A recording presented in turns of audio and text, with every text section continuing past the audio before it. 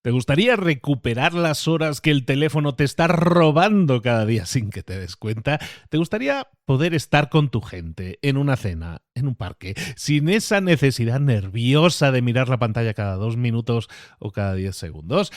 ¿Te gustaría que la tecnología por fin trabajara para ti en vez de que tú trabajes para la tecnología?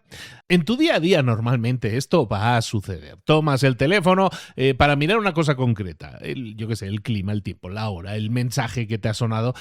30 minutos después sigues ahí, ¿eh? No lo has soltado, deslizando, saltando de titular a titular, de noticia o de post o de vídeo en vídeo, sin recordar muy bien ni siquiera para qué tenías el teléfono en la mano. Lo peor no es el rato que has perdido, lo peor es esa sensación de que ya no decides tú, de que algo ahí dentro de la pantalla está decidiendo por ti cuánto tiempo te quedas, qué sientes, a qué le prestas atención. Mira, la mayoría de la gente intenta arreglar esto con trucos. Apago las notificaciones, dejo el teléfono fuera del dormitorio para irme a dormir, pongo la pantalla en blanco y negro cuando pasan las 9 de la noche. Y durante unos días parece que funciona hasta que vuelves justo al mismo lugar en el que estabas. Hoy vamos a ver por qué los trucos no funcionan y qué es lo que sí funciona de verdad. Hoy el libro lo escribe un tipo que tiene una particularidad rara para alguien que escribe sobre tecnología, y es que nunca ha tenido una cuenta en redes sociales, ni una. Es profesor de informática, programa, vive conectado a la tecnología todo el día y aún así su móvil juega un papel muy pequeño en su vida. Y desde ese lugar tan poco común es que nos propone algo que él llama minimalismo digital. Él se llama Cal Newport. Hemos visto muchos libros ya de él. Este es el que nos faltaba, yo creo, y es el libro que vamos a ver aquí y ahora, en Libros para Emprendedores. Sin más, comenzamos.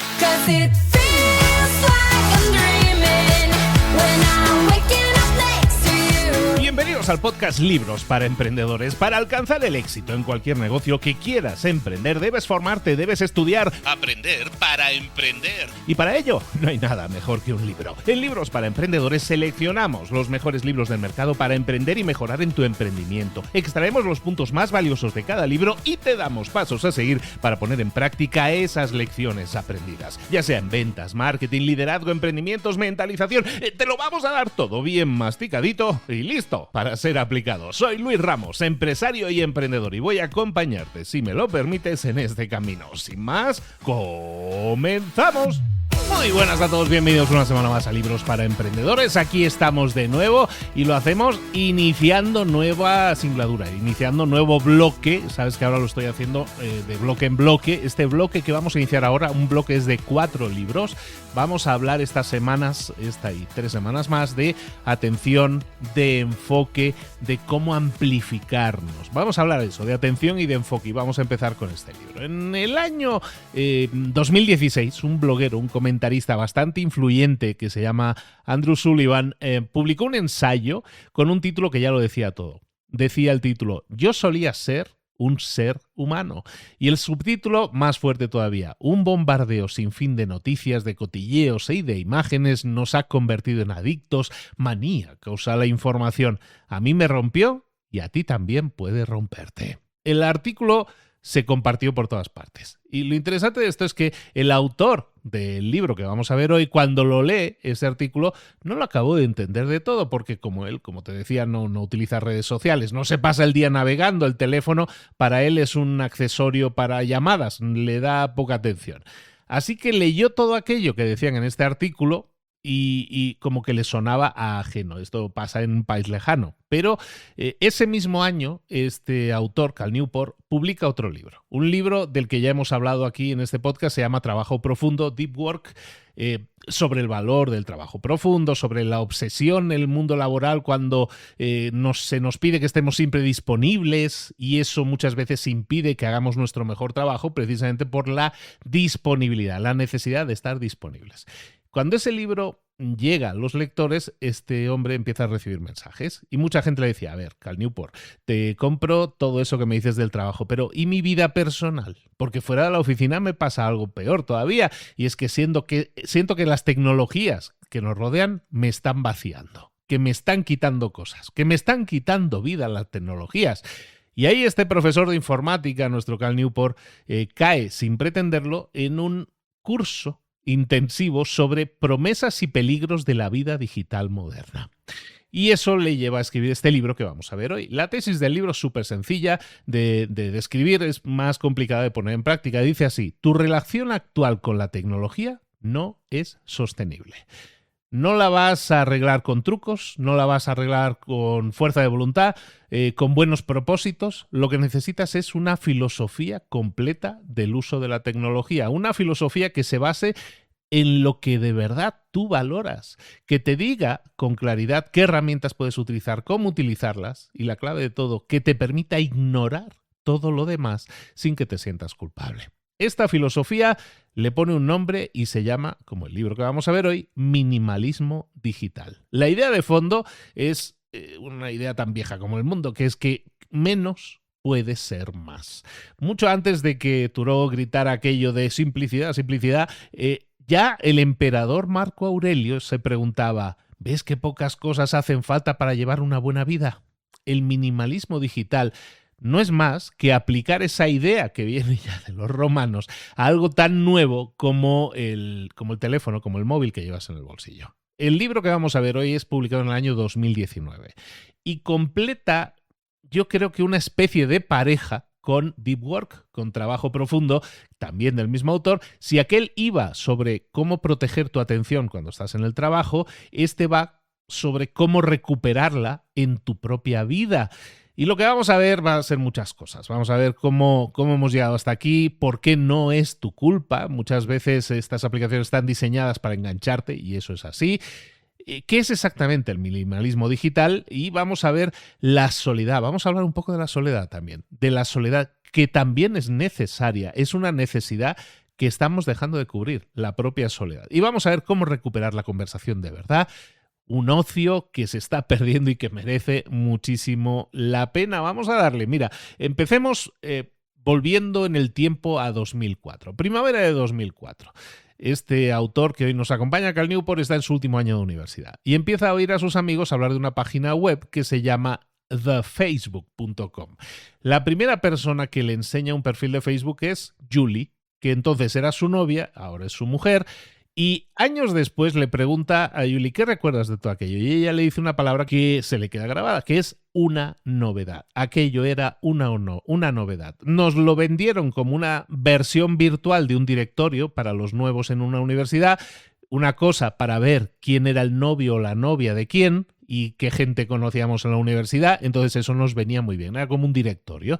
Era curioso, pero desde luego no parecía algo en lo que fuéramos a dedicarle mucho tiempo de verdad. Era una novedad, era una curiosidad, era un entretenimiento más para muchos.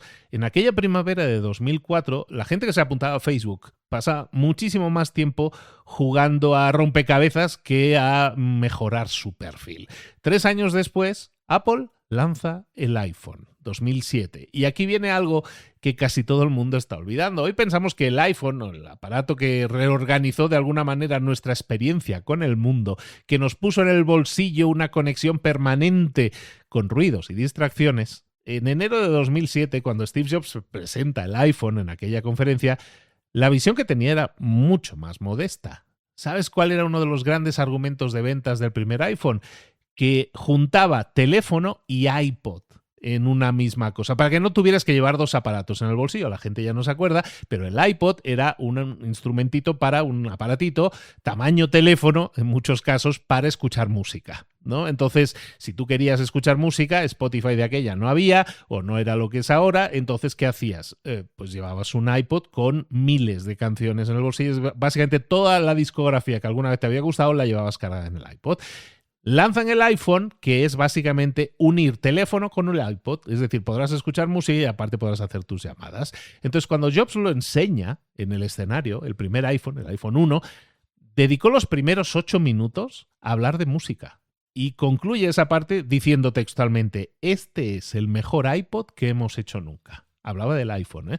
Entonces, otro gran argumento de ese teléfono era que mejoraba las llamadas. Entonces, la noticia en su momento fue que Apple obligó a la operadora a mejorar el buzón de voz para que se escuchara mejor. A Steve Jobs le encantaba lo fácil que era pasar los números de teléfono por la pantalla. La aplicación estrella del teléfono era hacer las llamadas. Entonces, no es hasta el minuto 30 y tantos de aquella presentación cuando Steve Jobs se pone a hablar de que, oye, también se pueden enviar mensajes, también se puede navegar por Internet desde el teléfono, que es justo para lo que utilizamos esos aparatos hoy en día. Para la música, digamos, el aparato no, utilizamos servicios online. Para llamadas, es que nadie hace llamadas hoy ya, solo lo hacemos todo mediante conectividad por Internet. Entonces, por si quedara alguna duda de que ese no era el guión de marketing de ese aparato, Cal Newport, el autor de este libro, habla con uno de los miembros del equipo original del iPhone. Se llama Andy Grignon. Y Grignon se lo confirma, le dice, esto se suponía que era un iPod mejor, que te permitía también hacer llamadas. Nuestra misión era que se pudiera escuchar música y hacer llamadas. Ese era el objetivo del iPhone. Es más, al principio Steve Jobs era reacio a la idea de que cualquier programador pudiera meter sus propias aplicaciones, porque decía, en el momento en que dejemos que un programador cualquiera escriba un código y lo cuelgue el teléfono, la gente va a querer llamar a emergencias y nos va a culpar a nosotros. Entonces, cuando el iPhone sale en 2007, no había tienda de aplicaciones, no había notificaciones de redes sociales, no había forma de hacer una foto y subirla al momento, no había ninguna razón para que tuvieras que estar mirando el teléfono a escondidas 12 veces durante una cena. Y a Steve Jobs eso le parecía perfecto. Entonces, ese mismo aparato que alguien compraba en 2007 porque se podía escuchar música y hacer llamadas, una década después, esa misma persona compraba un teléfono para mirarlo de forma compulsiva 85 veces al día. 85 veces al día en promedio. Una función que ahora sí lo sabemos, Steve Jobs nunca imaginó cuando preparaba su conferencia para presentar el primer aparato. ¿Qué pasó aquí? Pues cambios. Hubieron cambios enormes. Pero también fueron cambios inesperados, cambios no planificados. Había un universitario que se abrió una cuenta en 2004 para cotillear a sus compañeros y no predijo que el usuario promedio acabaría pasando unas 2 horas al día en redes sociales. Alguien que compraba un iPhone en 2007 por la música no se imaginaba que años después iba a estar mirándolo 80 y tantas veces diarias. Estos cambios se nos fueron colando poco a poco y pasaron muy rápido. Antes de que tuviéramos la ocasión de detenernos a pensar, oye, ¿esto lo queremos de verdad o no? Entonces, ¿qué pasa? Añadimos tecnologías a la periferia de nuestra vida por razones menores. ¿Y qué pasa? Que una mañana nos despertamos y descubrimos que se habían instalado en el centro de nuestra vida. Nosotros no firmamos por un mundo digital en el que estuviéramos metidos, inmersos. Tropezamos y nos caímos dentro, básicamente. La clave que se nos suele escapar y con la que vamos a abrir todo lo demás es que el problema no es que estas herramientas no sean útiles. Si tú le preguntas a alguien por qué utiliza Facebook, por qué utiliza Instagram, te va a dar respuestas súper razonadas, para ver las fotos del bebé de su hermana, para seguir un tema que le interesa, y todo eso es verdad. Pero la utilidad no es el terreno donde crece nuestra incomodidad. Lo que de verdad nos remueve aparece solo cuando yo miro el cuadro completo. Cómo estas tecnologías en conjunto se han expandido mucho más allá de un pequeño papel que era la idea original por la cual las estábamos adoptando. Cada vez más estos aparatitos deciden cómo nos comportamos, cómo nos sentimos. De alguna manera nos empujan a utilizarlas más de lo que creemos sano a costa de otras cosas que valoramos más. Esto no va de utilidad, esto no va de autonomía, esto va de entender cómo hemos perdido la autonomía que teníamos. Vamos con una pregunta. Si tú eres una persona inteligente, organizada, capaz de perseguir objetivos difíciles, y lo eres, ¿cómo es posible que con un puñado de aplicaciones hayamos perdido el control de esta manera? La respuesta es que no hemos perdido el control porque seamos vagos, porque seamos débiles mentalmente o emocionalmente. Hemos perdido el control porque hay miles de millones de dólares invertidos para que eso suceda. Todas estas herramientas no son tan inocentes como parecen. Esto no lo digo yo, esto lo dicen las personas que crearon esas aplicaciones. 12 de mayo 2017, el presentador Bill Maher cierra su programa, es un tipo que hace programas de noche, lo tenéis en HBO. Bill Maher cierra su programa con un monólogo. Normalmente este tipo habla de política, ese día no habló de política, ese día mira a la cámara y dice: los capos, los magnates de las redes sociales tienen que dejar de fingir que son simpáticos, que están construyendo un mundo mejor y tienen que comenzar a admitir que no son más que cultivadores de tabaco vendiéndole un producto adictivo a los niños. Porque, honestamente, mirar tus me gusta es lo que antes era fumar. cultivadores de tabaco. Buena imagen, ¿no? Lo que había encendido Bill Maher en ese reportaje era señalar algo que se había emitido un mes antes, que se titulaba Hackeando el cerebro. Y empezaba con la entrevista a un ingeniero de Silicon Valley llamado Tristan Harris, un antiguo fundador de empresas, un antiguo ingeniero de Google, que decidió convertirse en algo muy raro, en un denunciante. Quería denunciar, era alguien que contaba lo que estaba pasando dentro de ese mundo y decía, esto es una máquina tragaperras, dice Harris. ¿Cómo que una máquina tragaperras? Pues es que cada vez que yo miro el móvil estoy jugando la tragaperras a ver qué me toca. Hay todo un manual de técnicas que se utilizan para mantenerte utilizando ese producto el mayor tiempo posible. Y luego le preguntan, ¿y Silicon Valley está programando aplicaciones o está programando personas? Y Harris respondía, están programando personas. Siempre está esa idea de que la tecnología es neutral, que depende de nosotros cuando la utilizamos, y eso no es verdad. No es neutral, quieren que la uses de cierta forma y durante mucho tiempo, porque así es como ganan dinero. ¿Y cómo lo consiguen? Pues hay un profesor de marketing que se dedicó precisamente a estudiar cómo funciona esa adicción y descubrió que hay dos fuerzas que lo explican casi todo. Vamos a verlas. La primera fuerza se llama el refuerzo positivo intermitente. Así dicho, suena muy técnico, pero es en realidad muy sencillo. Desde unos experimentos famosos que hicieron con palomas en los años 70 sabemos una cosa, y es que las recompensas que llegan de forma impredecible nos enganchan muchísimo más que las que llegan siguiendo un patrón. Entonces, algo que es impredecible o algo en lo impredecible que nos llama es que nos libera más dopamina. La dopamina es un neurotransmisor que regula nuestra sensación de deseo, de ansia. En el experimento de las palomas picoteaban un botón y el botón soltaba comida de forma impredecible. A veces sí, a veces no. Y eso a las palomas las ponía loquísimas. Entonces, ¿sabes dónde está hoy ese mismo mecanismo? En el botón de me gusta. Cuando tú publicas algo, estás apostando de alguna manera. Va a tener likes, va a tener corazones, va a tener comentarios, va a tener guardados, va a tener compartidos, o se va a quedar ahí en silencio sin hacer nada. Entonces, lo primero da lo que un ingeniero de Facebook llamaba destellitos de pseudoplacer. Básicamente, aunque suena así fatal, básicamente es que como no puedes predecir el resultado, la cosa te engancha de forma enfermiza. Entonces, esto no solo pasa con las redes. Seguro que a ti te ha pasado. Entres en una web de noticias a mirar el tiempo y media hora después sigues ahí saltando de titular en titular. Lo mismo. La mayoría de los artículos son aburridos, probablemente sosos, pero de vez en cuando das con uno que te enciende o que te hace reír o que te indigna, y ese premio impredecible es lo que te mantiene tirando de la palanca de la máquina tragaperras. Y claro, las empresas lo saben y afinan sus productos para que te enganche más. El propio Harris, el que había trabajado en Google, contaba que el símbolo de notificaciones de Facebook originalmente era azul para que pegara con el resto de la página, pero nadie lo utilizaba. Entonces lo cambiaron a rojo, ¿vale? Como color de alarma, y los clics se dispararon. Por si te queda alguna duda, Sean Parker, el fundador de Facebook, el cofundador de Facebook, hablaba de que todo el proceso de pensamiento al construir Facebook giraba en torno a esto, cómo consumimos la mayor cantidad posible de tu tiempo y de tu atención consciente.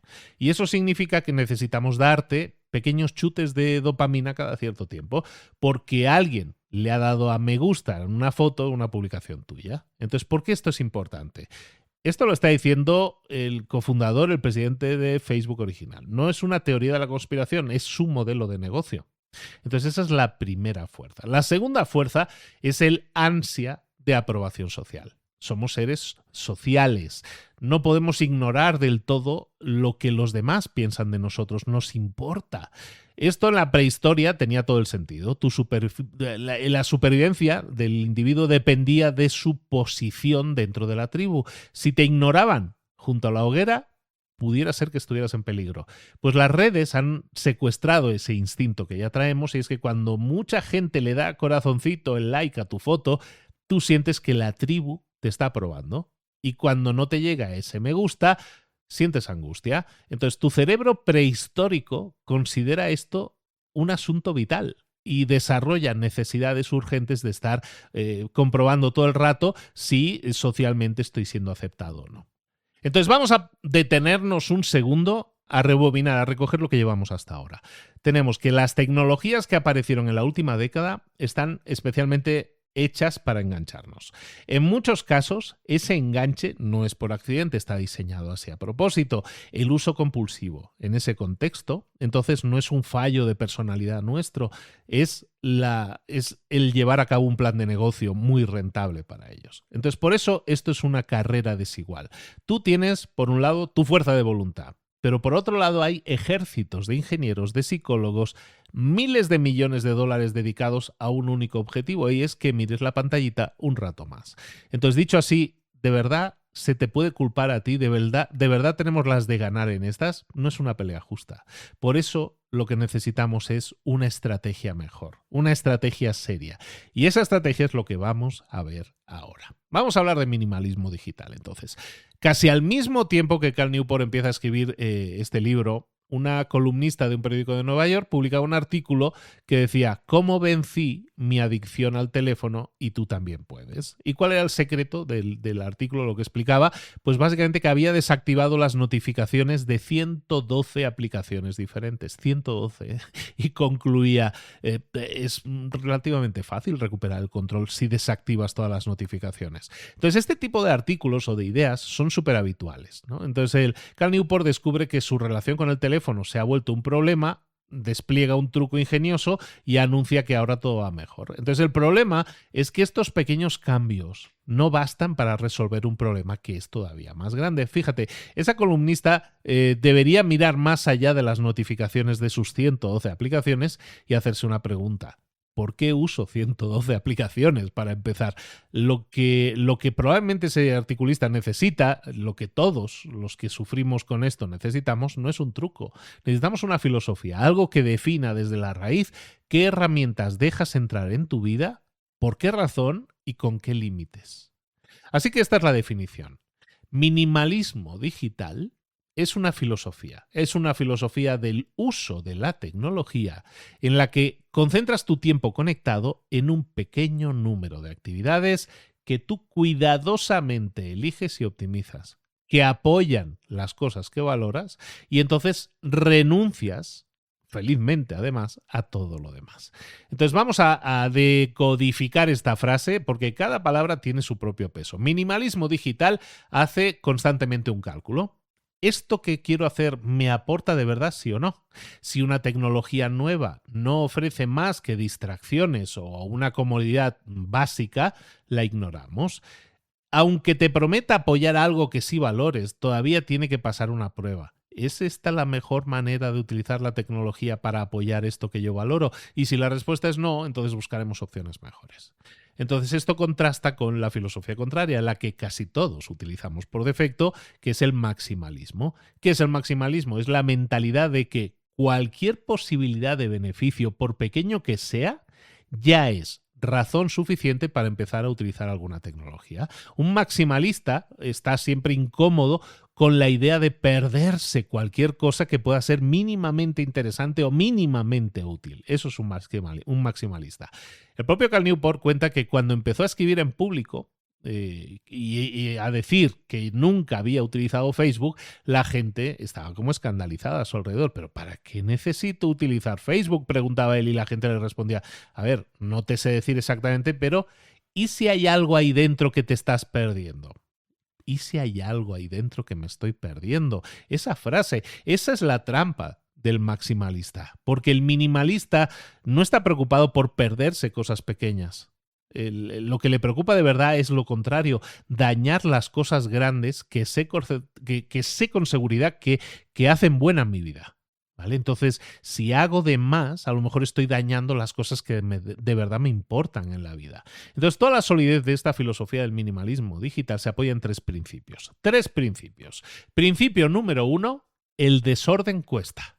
Llenar tu tiempo y tu atención con demasiados aparatos, demasiadas aplicaciones, demasiados servicios, eso te va a generar un coste global negativo que se puede tragar cualquier pequeño beneficio que te esté dando por separado. Entonces, principio número 1, el desorden cuesta. Principio número 2, optimizar es importante. decidir que una tecnología te sirve o te apoya en algo que sí valoras, ese es el primer paso.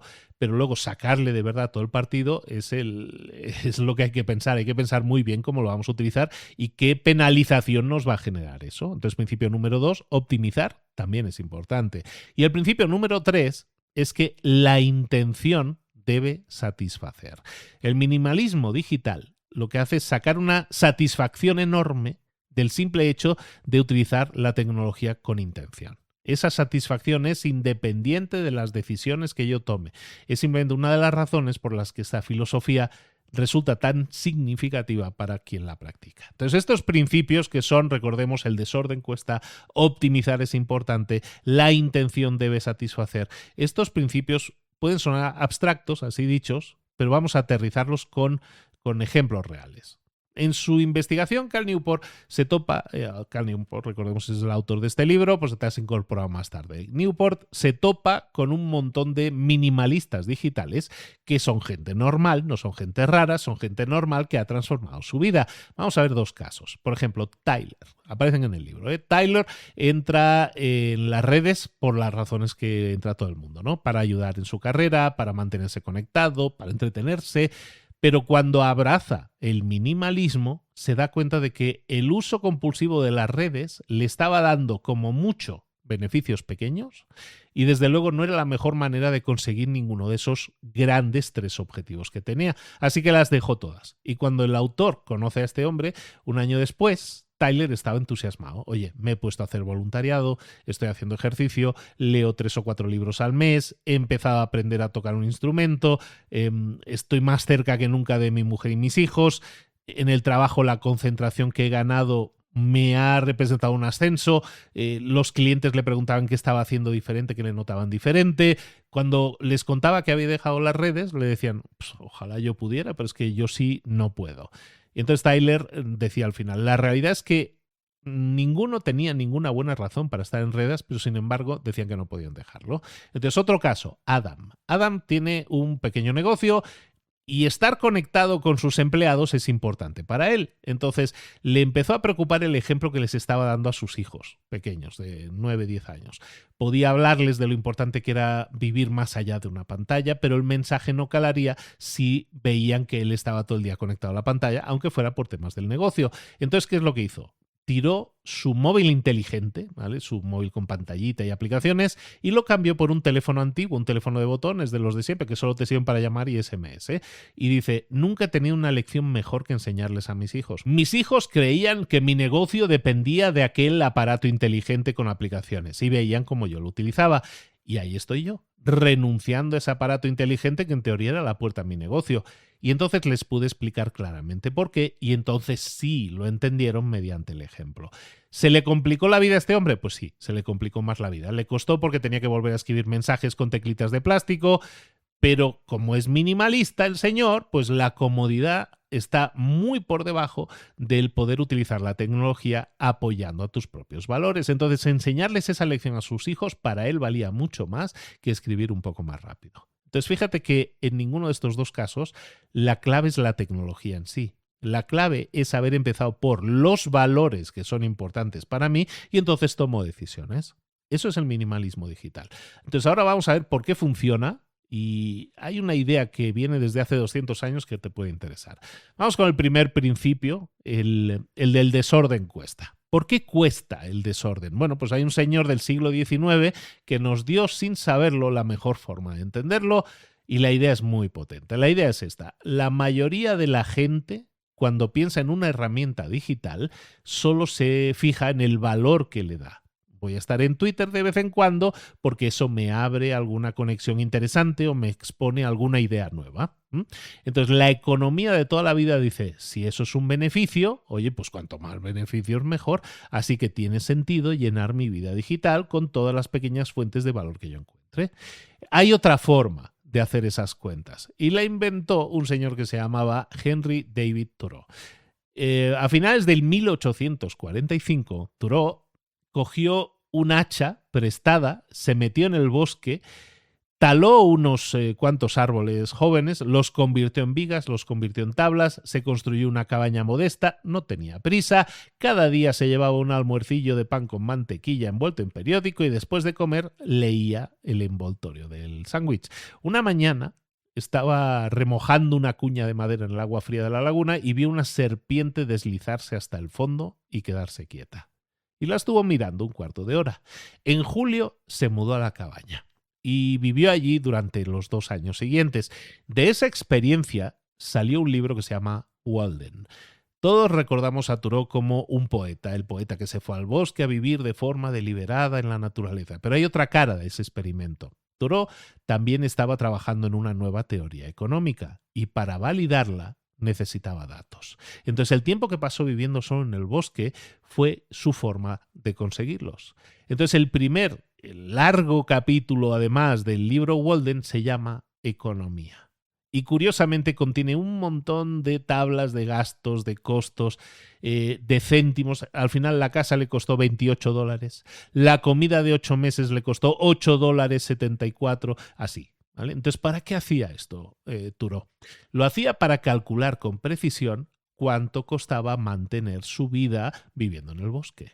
Y entonces lo que hacía era comparar ese costo con lo que podía ganar con su trabajo para llegar a un valor que era lo que de verdad le importaba. ¿Cuánto de mi tiempo tengo que sacrificar para mantener esta vida? Y los números le decían que si solo trabajaba un día a la semana, con eso tenía más que suficiente. Y eso es el corazón de lo que luego llamaron la nueva economía de Thoreau. Básicamente, cambiar la unidad de medida. Cambiemos la unidad de medida del dinero al tiempo. Y él lo resumió en una frase que es: el costo de una cosa es la cantidad de lo que yo llamo vida que hay que intercambiar por ella, ya sea ahora o ya sea en el largo plazo. El costo de una cosa es la cantidad de vida que intercambias por ella. La economía normal solo mira el dinero. Si trabajas 1 hectárea y eso te da $1 al año y trabajar 60 te da $60, pues trabaja las 60 y eso es más dinero y punto. Pero Thoreau dice, a ver, estas cuentas son incompletas porque dejan fuera el costo de vida que hay que pagar por esos $59 de más.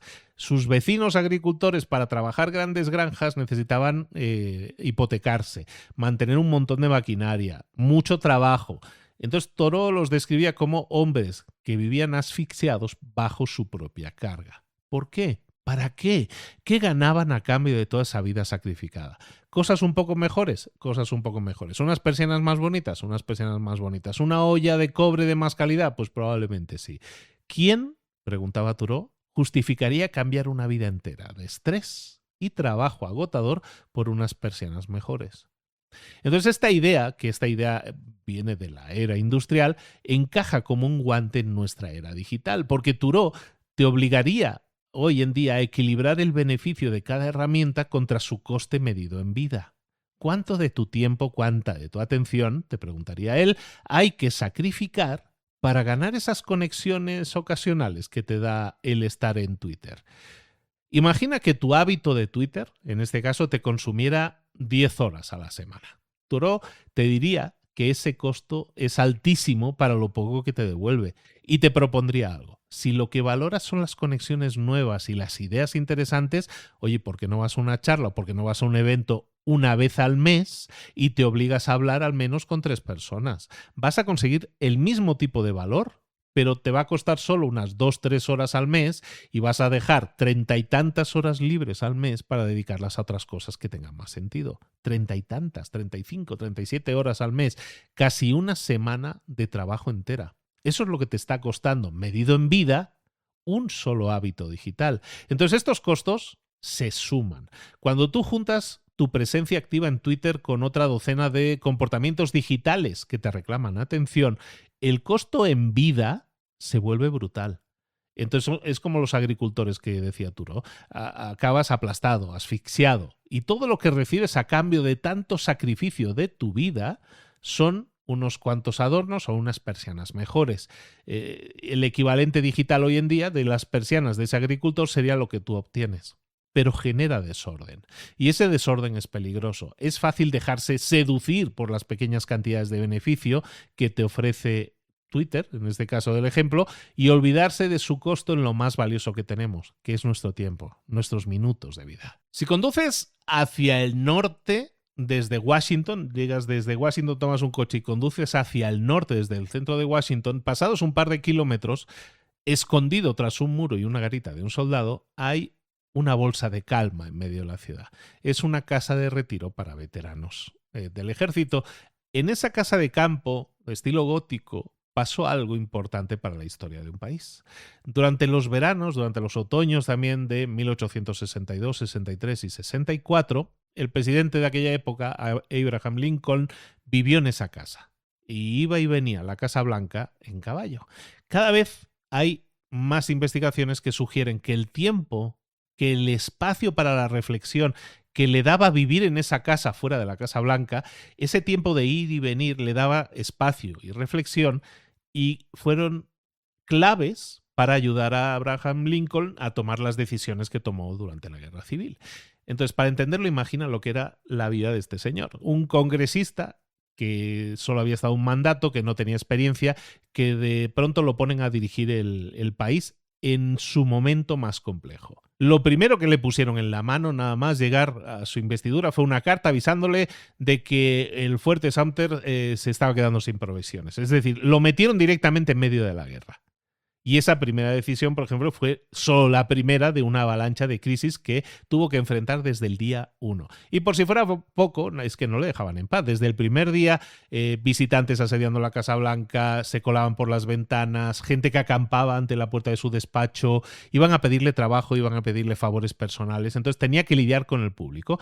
Entonces, según en un estudioso de la época, decían que el mayor desgaste del tiempo y la energía del presidente era precisamente el gestionar todas esas inoportunidades que le sucedían en la Casa Blanca. Entonces, con todo ese ruido de fondo, es normal que este señor Abraham Lincoln dijera, ¿sabes qué? Yo me escapo a la otra casita y tiene todo el sentido. La otra casa donde él vivía, en realidad le daba algo imposible de conseguir en la Casa Blanca. Le daba tiempo y le daba espacio para pensar. Y fue ese tiempo para pensar lo que le permitió escribir la Proclamación de la Emancipación, los no esclavos del sur, todo eso sale de esos tiempos de calma y de poder pensar. Así que podríamos decir, sin exagerar demasiado, que en cierto sentido esa soledad fue lo que le ayudó a salvar a una nación. Entonces el giro de todo esto, el tema de todo esto, lo que de verdad a ti te puede importar es que los beneficios que recibió este señor de su tiempo a solas no son solo beneficiosos para gente que sean presidentes o gente que toma decisiones históricas. Todos nos beneficiamos de dosis de soledad de forma regular. Y esto es importante. Cualquiera que evite el estado de soledad durante demasiado tiempo va a sufrir. Pero ojo, porque aquí hay que aclarar qué es la soledad, porque casi todo el mundo lo malentiende. La soledad no es estar físicamente aislado en una cabaña en el bosque. La soledad es lo que pasa en tu cerebro, no en tu entorno. Soledad es un estado subjetivo en el que tu mente está libre, básicamente estás libre del input de otras mentes. ¿Vale? Eso es lo que lo hace diferente. Cómo liberarme del input de otras mentes que no son la mía. Puedes estar solo en una cafetería abarrotada de gente, puedes estar solo en un vagón de metro, siempre que tu mente esté lidiando con tus propios pensamientos. Pero al revés, puedes estar en el sitio más silencioso del mundo y tener la soledad cancelada totalmente si dejas entrar el input de otras mentes. ¿Qué es el input de otras mentes?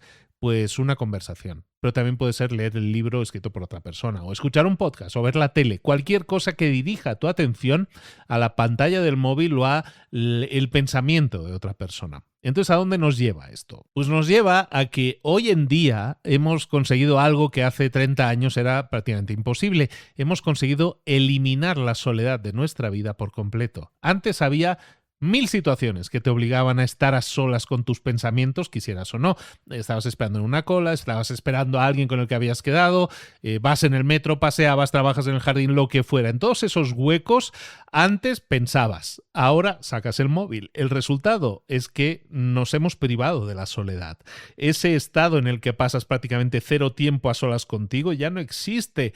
No nos podemos liberar del input de otras mentes. ¿Debería preocuparnos eso? Pues mira, lo que pasa es que cuando estudias a la población, que ha llevado esto al extremo, por ejemplo, jóvenes que han nacido después de 1995, ¿no? Pues el primer grupo entró en la adolescencia ya con móviles inteligentes, con conexión permanente a Internet.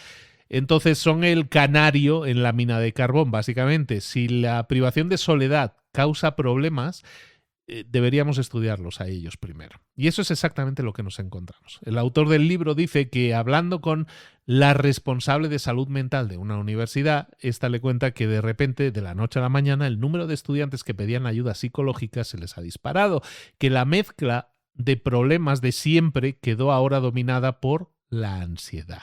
Todos parecen sufrir de ansiedad. Y cuando le preguntó qué es lo que creía que lo causaba, dijo que fue el uso del teléfono móvil. En los últimos años, las tasas de depresión, de ansiedad, de suicidio adolescente se han disparado. Y todo eso se puede rastrear básicamente en paralelo al aumento del uso de los teléfonos móviles. Coincide exactamente con el momento en que tener un teléfono móvil se volvió en algo omnipresente en nuestras vidas. Esto conecta, hablábamos antes del libro de Newport que ya vimos en su momento, Deep Work, Trabajo Profundo, hablábamos un poco de esto, que nuestro cerebro necesita silencio para funcionar bien. Lo que en el trabajo, si no tienes silencio, vas a ser alguien mediocre, en tu vida, si no tienes silencio, va a hacer tu vida infeliz. Entonces, la lección de este bloque, prácticamente podríamos decir que estás dejando de cubrir una necesidad que muchas veces no sabías ni que tenías, y como toda necesidad no cubierta, te va a pasar factura. Entonces vamos a cerrar con dos cosas que las pantallas nos están quitando sin que nos demos cuenta, y que son probablemente dos de las cosas grandes que hacen buena una vida. La primera es la conversación de verdad, y la segunda es tener un ocio, algo en nuestro ocio que merezca la pena. Empecemos por la primera, por la conversación.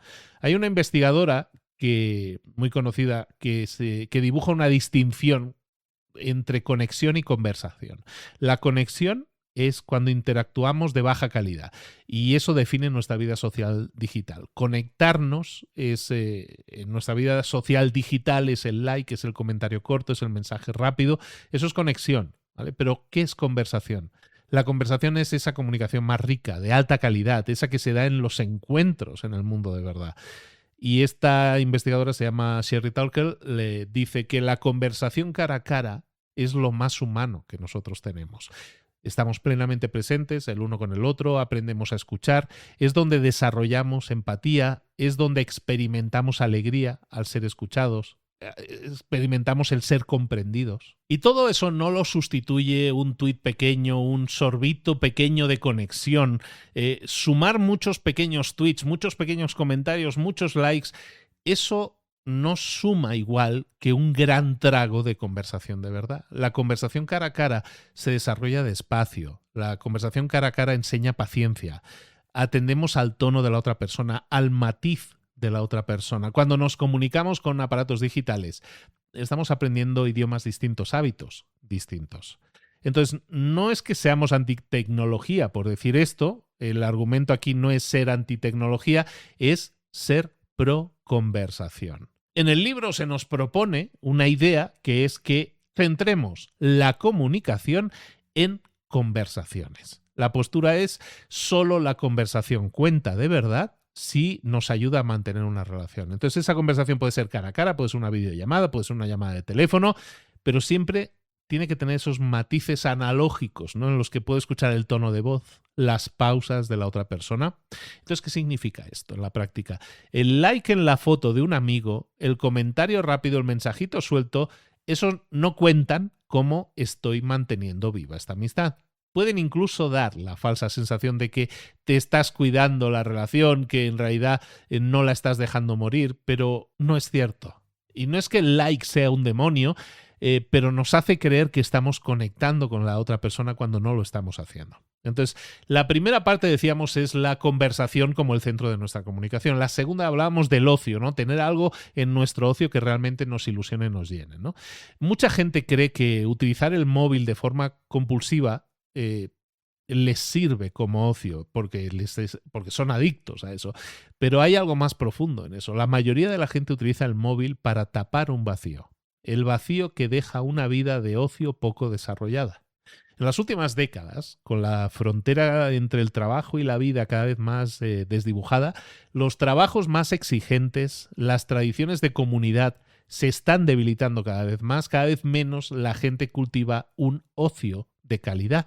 Entonces, ¿eso qué pasa? Eso deja un hueco que muchas veces no podemos ignorar y entonces lo intentamos rellenar con el ruido digital. Es muy fácil, tremendamente fácil rellenar los huecos entre el trabajo, la familia y el sueño, sacando el móvil, anestesiándonos con deslizo, deslizo, deslizo, deslizo. La consecuencia práctica de eso es que si empiezas a quitar las distracciones digitales de tu vida antes de haber rellenado de verdad ese vacío que te estaban ayudando a ignorar, la experiencia va a ser desagradable, va a ser un fracaso. Por eso los minimalistas digitales que tienen más éxito lo que hacen es empezar al revés. Primero cultivan un ocio de calidad y solo después recortan peores hábitos digitales, por decirlo así. Es decir, primero rellenamos el vacío y luego ya no necesitamos distraernos con el móvil para evitarlo. Entonces, ¿cuáles son los tipos de ocio buenos, entre comillas? En el libro nos hablan del ejemplo de un señor que se hizo económicamente independiente muy joven, le fue muy bien, entonces dejó de tener que trabajar. Y entonces lo que hizo fue no llenar su vida de ocio pasivo, me voy a pasar el día viendo el fútbol, los videojuegos o navegar, sino que la llenó de ocio activo. Y dice, yo obtengo satisfacción de hacer cosas. O mejor dicho, de resolver problemas, de hacer mejoras. Entonces es una persona que tiene la vida económicamente solucionada, pero escoge no tener tele, no tener plataformas de series, dedica su tiempo a proyectos, preferiblemente al aire libre. Entonces, uno de los proyectos que proponen en el libro, en su caso este señor decía, cambiar el aceite del coche, o instalar una lámpara, o aprender una técnica nueva en un instrumento que ya tocas, o montar el cabecero de la cama con madera buena, o empezar un huerto. Ninguno de esos proyectos es digital. Y es que la mayoría ya pasamos suficiente tiempo moviendo simbolitos o pulsando teclas, aunque sean virtuales. El ocio de calidad busca despertar ese instinto tan fuerte que tenemos de manipular objetos en el mundo físico, palpar cosas con las manos. La gente que hace esos proyectos manuales, ¿dónde los aprende? Pues casi todos en YouTube. Entonces, para cualquier proyecto hoy en día en YouTube tienes vídeos que te van a guiar paso a paso. ¿Pero eso es minimalismo digital? Sí, pero del bueno. Es decir, utilizamos una herramienta digital de una forma muy concreta para alimentar una actividad no digital, que es la que de verdad nos llena. No es me voy a quedar en YouTube viendo tutoriales, sino utilizo YouTube para aprender algo y luego lo hago. Entonces recojamos esa idea. El móvil muchas veces no es la enfermedad, es la tapa de un vacío que tenemos dentro. La solución no es solo quitar el móvil, es construir una vida tan interesante en la cual el móvil ni siquiera se necesite o no tenga cabida. Todo esto está muy bien, muy interesante, Luis, pero ¿y yo por dónde empiezo? Bueno, te aterrizo dos situaciones por donde yo empezaría, digamos. Si tú eres un autónomo, un freelancer, si sientes que el móvil, el teléfono te está fragmentando el día, te está robando concentración y que eso afecta a tu trabajo y no haces tu mejor trabajo por eso, lo primero que yo haría es separar tajantemente lo profesional de lo compulsivo. Saca las redes sociales del móvil. No las borres de tu vida. Puedes seguir entrando desde el ordenador si quieres, cuando lo necesites, pero quítalas del bolsillo. Solo eso elimina ese gesto automático de mirarlas cada vez que suena una notificación o tienes un hueco de aburrimiento. Elige tus 2 o 3 herramientas digitales que de verdad le ayudan a tu negocio y trátalas como un horario claro. Cuándo las miro y cuándo no las miro. Y el resto se va afuera. Vas a recuperar un montón de horas de enfoque que ni sabías que tenías. Y si no eres un autónomo, un freelancer, un jefe de tu vida, digamos, si trabajas en una empresa por cuenta ajena, lideras un equipo o tienes una empresa, además de lo anterior, que yo creo que lo puedes aplicar igualmente, fíjate en el ejemplo que tú estás dando también a la gente que trabaja a tu alrededor, ¿no? Como decíamos antes, ¿no? El del que cambió el teléfono digital de pantalla por uno de botones. Si tú estás en cada reunión con el móvil en la mano, si estás mirándolo cada 2 minutos, le estás dando permiso a los que te rodean para que hagan lo mismo. Entonces, lo primero que yo haría es proteger los espacios de conversación de verdad. ¿Que tienes reuniones? Reuniones sin pantallas. Presencia plena. No porque sea una norma, ay, es que somos diferentes. No, porque la conversación de calidad, en la que uno presta atención al tono, al matiz, en la que te escuchan de verdad, es donde se resuelven las tensiones que muchas veces en mensajes se vuelven roces. Predica con el ejemplo y la cultura de tu empresa va a cambiar por sí misma. Vamos a recoger entonces lo más importante que hemos visto hoy. No hemos firmado para esto, nos ha tocado vivir en esta época. El teléfono ha pasado de ser un capricho a colonizar nuestra vida sin que nadie lo haya decidido. El problema ya no es la utilidad, el problema es la autonomía o falta de ella. No es culpa tuya. Estas aplicaciones están diseñadas a propósito para engancharte, utilizan refuerzos que tienen que ver con tu ansia de aprobación social. Entonces es una carrera en la que las dos fuerzas están muy desigualadas, la tuya contra la de ellos. La solución no son trucos. La solución es la filosofía del minimalismo digital. Concentrar tu tiempo en pocas actividades de alto valor, renunciar al resto. El costo de una cosa es la cantidad de vida que cambias por ella. Mide las cosas en tiempo, no solo en dinero. Hemos hablado de la soledad también ahora al final. La soledad es una necesidad, no es un castigo. Si no tienes soledad, si no tienes espacios o momentos de soledad, vas a sufrir. La conversación de verdad y un ocio de calidad también son esas cosas grandes que no puedes dejar que una pantalla te quite. Si quieres comenzar por algo, una sola cosa para empezar, toma tu móvil, ahora mismo tu teléfono, mira el tiempo de pantalla en los últimos 7 días, te lo dice en la configuración. No te juzgues, solamente míralo. Ese número es tu punto de partida. Y después escoge una sola aplicación, la que más tiempo te robe. Ahí también te sale.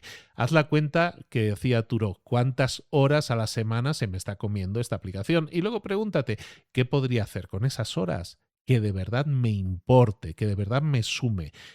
Y si ya te atreves a un tercer paso, es el más fácil de todos. Esta semana saca esa aplicación del móvil. No la borres de tu vida, pero sí de tu bolsillo y a ver qué pasa. Este es episodio basado en un libro que se llama Minimalismo Digital de Cal Newport, publicado en el año 2019. Si esto te resuena, si esto te ha rimado y quieres seguir profundizando sobre estos temas, varios libros que te recomiendo.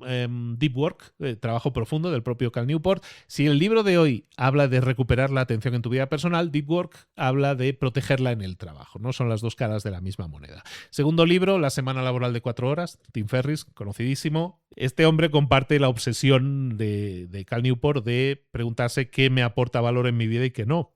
Entonces, es un poco más radical en el tema del trabajo y la gestión del trabajo y el tiempo, pero realmente muy útil porque tiene muchas estrategias prácticas de cómo aumentar más tiempo para ti y menos tiempo para el trabajo sin perder en ese sentido productividad. El tercer libro que te recomiendo es también de Newport, también lo hemos visto, se llama Productividad Lenta. Slow Productivity. Si minimalismo digital, el que hemos visto hoy, va de recuperar tu atención, si Deep Work va de protegerla también en el trabajo, productividad lenta va un paso más allá. Habla de cómo dejar de confundir movimiento con avance, que no es poca cosa. Entonces, los 3 libros creo que es una tríada, una trilogía muy interesante. Creo que no es una trilogía así pensada como trilogía, pero creo que te va a servir muchísimo si te lees esos 3 libros, Trabajo Profundo, Productividad Lenta y este que hemos visto hoy del minimalismo digital. La semana que viene, recuerda que esta semana estamos iniciando un nuevo bloque que tiene que ver con atención, con enfoque. La semana que viene vamos a seguir con un libro que le va a dar la vuelta a una creencia que es muy extendida, que es la de que para destacar hay que especializarse pronto y no salirse demasiado del carril. Vamos a hablar de un libro que se llama Amplitud y que defiende justo lo contrario, que en este mundo complejo en el que vivimos, los que ganan son los generalistas, los que prueban muchas cosas antes de encontrar la suya. Muchísima gente le va a encantar este libro, contrapunto de lo que hemos visto hoy, no te lo puedes perder. Soy Luis Ramos, esto es Libros para Emprendedores. Sígueme, si no me estás siguiendo, dale al botón seguir y déjame comentario en la plataforma en la que me estés escuchando y recuerda que tienes más de 300, casi 400 episodios ya grabados sobre libros y sobre todo cómo utilizar los libros para que tú crezcas en lo personal y en lo profesional. Ojo, siempre que pases a la acción. Nos vemos aquí en el próximo episodio. Esta semana nos quedan 2 episodios más, pero la próxima semana con un nuevo libro, aquí en Libros para Emprendedores. A todos, besos y abrazos. Hasta luego.